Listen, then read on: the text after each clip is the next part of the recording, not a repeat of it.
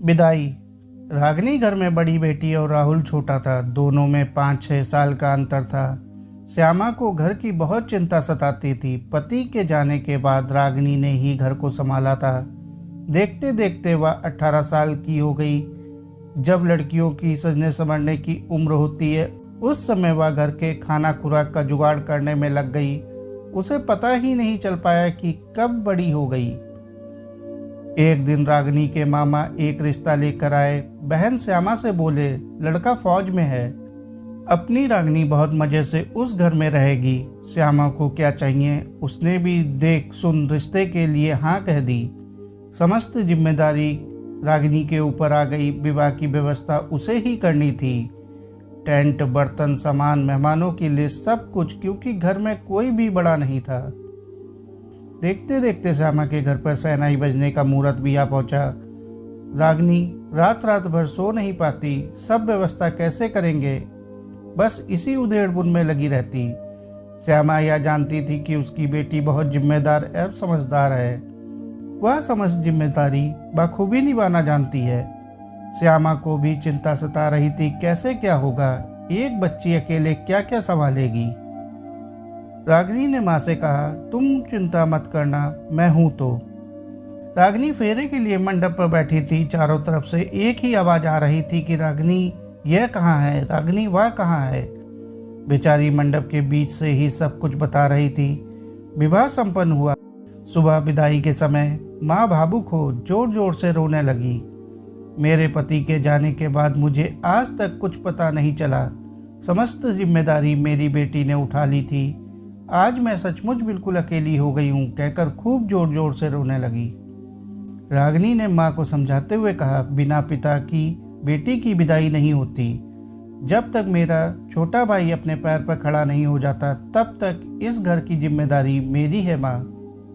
रागिनी ने माँ को समझाया, देखो माँ, यह रोने का समय नहीं है। सभी रिश्तेदार अभी यहीं हैं। कौन चीज कहाँ है या मैं तुम्हें कैसे बताऊं, तुम तो याद ही नहीं रख पाती हो। विदाई का मुहूर्त हो गया था। नियत समय पर विदाई हुई। रागिनी बिल्कुल रोई नहीं।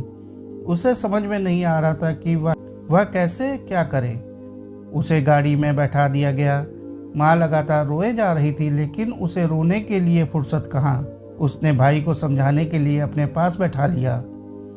बगल में उसके पति राघव बैठे हुए थे। उसने सकुचाते हुए पति को अगली सीट पर बैठने के लिए कहा, मुझे भाई से कुछ बातें करनी है। राघव पिछली सीट से उठकर आगे वाली सीट पर बैठ गए। रागिनी भाई को सब समझा रही थी कि टेंट वाले का पैसा आधा मैंने दे दिया है, उसको बोलना दीदी आएगी तब देगी। भाई से सब बोले जा रही थी। भाई कुछ समझ रहा था, कुछ नहीं। कैसे क्या करना है वह सब उसको समझा रही थी। जब तुम मेरी चौथी का मतलब विवाह के 4 दिन बाद बेटी को मैके बुलाने की रस्म लेने आओगे, वह सब सामान मैंने पैक करके रख दिया है। बस मिठाई के डिब्बे तुम सामने वाली दुकान से ले लेना। ससुराल वालों के लिए गिफ्ट वह अलमारी में रखे हैं। वह सब कुछ भाई को बताते बताते अपने घर से काफ़ी दूर निकल आई। अचानक राहुल आश्चर्य से बोला, दीदी तुम्हारी ससुराल आने वाली है। रागिनी ने देखा सचमुच वह ससुराल के बहुत करीब आ गई है। उसने भाई को पैसे दिए और कहा, यहाँ से ऑटो पकड़ के घर चले जाना। राहुल के जाते ही उसने अपने पति राघव को पीछे आने के लिए कहा। राघव मुस्कुराते हुए, जो हुक्म मलिका, बोलते हुए पिछली सीट पर बैठ गया। राघव ने रागिनी की तरफ देखते हुए कहा, एक अच्छी बेटी बहन ही अच्छी पत्नी अच्छी बहू बन सकती है। वह सब कुछ मैं तुम्हारे अंदर देख रहा हूँ। मुझसे किसी प्रकार का भी सहयोग चाहिए होगा, तुम निसंकोच मुझे बताना। मैं हर तरह से उसे पूरा करने की कोशिश करूँगा। एक अच्छा पति बनूंगा। जब तक राहुल बड़ा नहीं हो जाता, तब तक तुम्हारे घर की जिम्मेदारी हम दोनों मिलकर उठाएंगे। पति के मुख से यह बात सुनकर रागिनी गदगद हो गई और अपने भाग्य पर इतराने लगी। सचमुच तुम जैसी पत्नी को पाकर मैं धन्य हो गया। कितने जिम्मेदार और समझदार हो तुम।